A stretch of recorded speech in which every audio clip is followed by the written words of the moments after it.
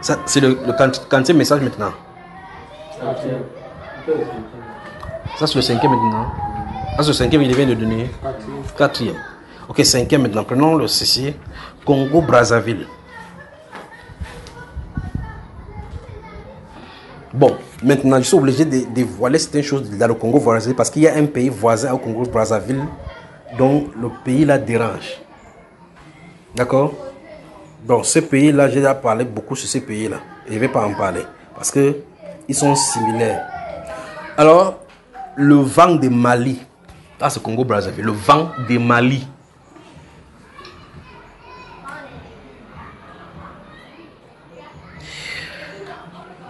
Il y aura changement également dans le cadre de leur régime. Mais ce qui est en train de regarder dans cette vision, c'est...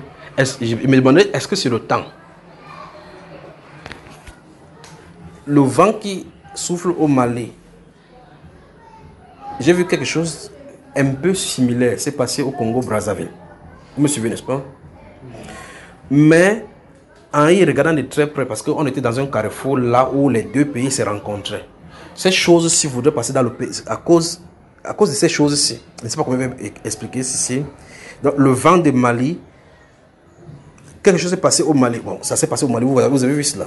Ce style de choses-ci veut se passer au Congo. Donc, ça veut dire que dans les casernes militaires, il y a des grognes. Voilà, je crois que ce serait bien de dire comme ça. Là. Dans les casernes militaires au Congo-Brazzaville, il y a des grognes. Mais c'est encore en train de bouillir. Ce n'est pas visible. Vous me suivez, n'est-ce pas? Donc, ça cherche seulement terrain fertile.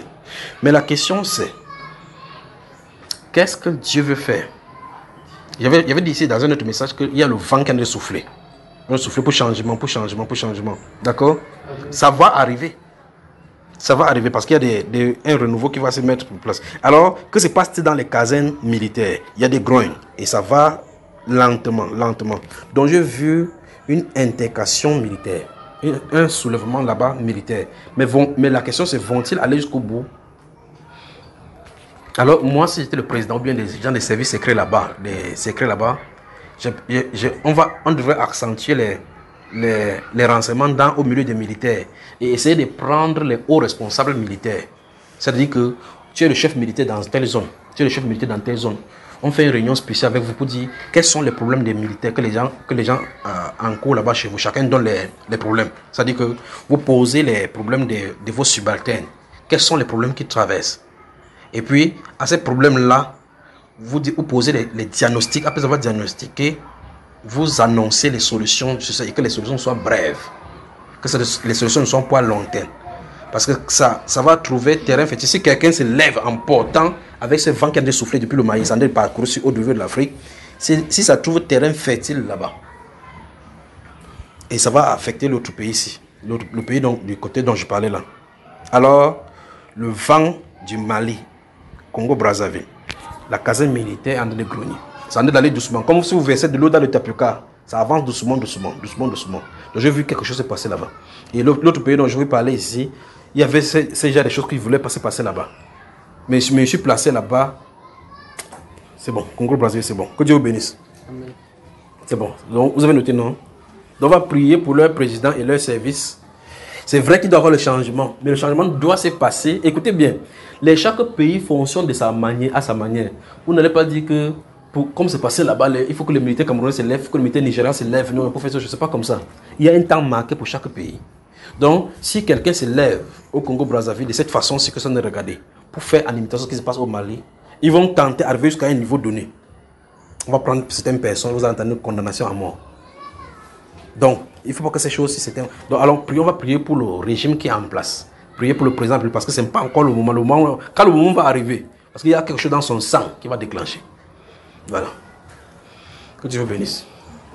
Congo-Brazzaville. Ça, c'est le Congo-Brazzaville. Notez seulement. Vous notez tous les processus, vous les vérifiez.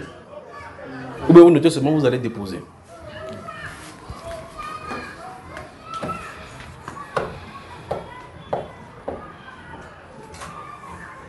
En tout cas, que Dieu vous bénisse. Que Dieu vous bénisse. Je vous aime. Je vous aime. Même si vous ne m'aimez pas, il n'y a pas de problème. Il me demande bien si vous pouvez permettre qu'on prenne quelque chose. Si on prend un sujet, si ça risque de nous donner 3 séances ou 4 séances avec ce que je regarde ici. Mais je suggère plutôt qu'on prie un peu et puis on se sépare. Qui est d'accord? On prie un peu. Après on se sépare. C'est ça non? C'est pas ça, non? On prie seulement.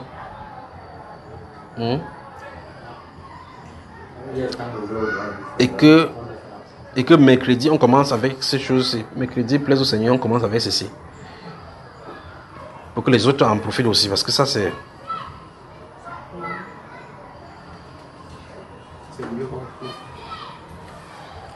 Donc prions